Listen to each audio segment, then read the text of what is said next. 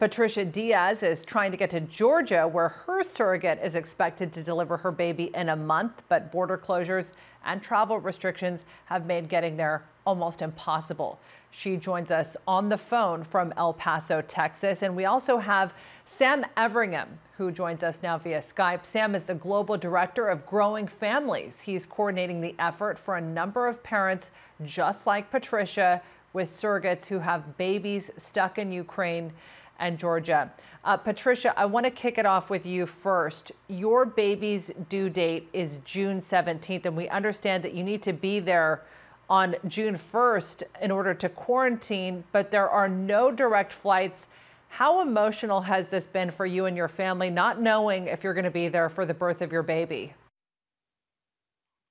For us, it's been really tough. We're staying up all night, basically looking at the flights, trying to figure out if we're going to get in, if we're not going to get in, because we really want to be there for his birth. And we're not sure exactly what happens after his birth. I know that there are parents who are saying that the baby will stay in the hospital for maybe a month, and it's an extra $2,000, but that's a month that the baby stays in the hospital without seeing his parents. So, yeah, it's kind of nerve-wracking. And what's, Patricia, the communication that you've had with your surrogate? We don't communicate with a surrogate as much, but what they did in Georgia is that they sent a lot of them home. For us, we feel really safe in Georgia only because their counts are really low as far as their coronavirus counts. They have very few deaths. They're taking things very seriously. So we communicate mostly back and forth with the agency. What the agency has done is that they've sent most of the surrogates to their villages or their towns so that they're safer and not, stuck in the big city. And then they're sending private cars to them to pick them up for their appointment. So they're really taking care of the surrogates. So we feel really safe and really secure in Georgia. Sam, you and your organization have been working with at least 80 families who have been going through something similar. How much of a logistical nightmare has all of this been? It's really hard. As a non-for-profit trying to help these families, the paperwork required to get people overseas, to get flights organised, try and work with governments to get permissions to get them in, it's really hard. I mean, we've got babies over in Georgia now who are 7 weeks old, and trying to get them on repatriation flights is difficult. Parents are having to be patient.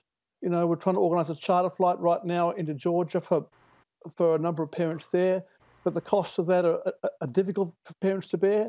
There's no easy answers to any of this.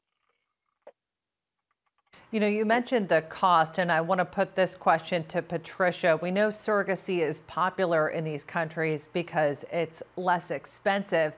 But what is all of this, Patricia, costing you now when you map out what it is going to take to even just get you into the country right now? So initially, if I did the surrogacy in the United States, it would be $100,000 to $150,000 minimum. Our surrogacy cost was $30,000, maybe another $10,000 for the egg donor, so $40,000. I contacted a charter flight to see how much it would be to fly from the U.S. to Georgia, and from Las Vegas to Georgia, they quoted me $279,000. Sam's running charter flights, so normally it would have cost us $1,200 to do a round-trip ticket to Georgia. Sam's organizing these charter flights, and they are expensive. So first we have to get into the initial country, so we're talking like Minsk or maybe Athens. And then from there, it's like an extra $2,000 to take that flight, so it's double what we were planning. And there is no way we can afford the charter flights. I mean, from the U.S. to Georgia, that's just, way out of our price range. So, yeah, we're kind of stuck with trying to figure out what to do next. Sam, what can you tell us, because you've been dealing with a lot of families like Patricia's, what can you tell us about the emotional toll that this has taken on families whose babies have been born, but they're not yet together? Oh, look, it's just awful. I've had couples ring me on the phone late at night, just in tears, just wanting to be with those newborns, and they just can't get there. It's very upsetting for me and for many of the families involved to be dealing with this on a daily basis. I mean, it's happening around the world. Ukraine, we're having a lot of problems getting families in for births.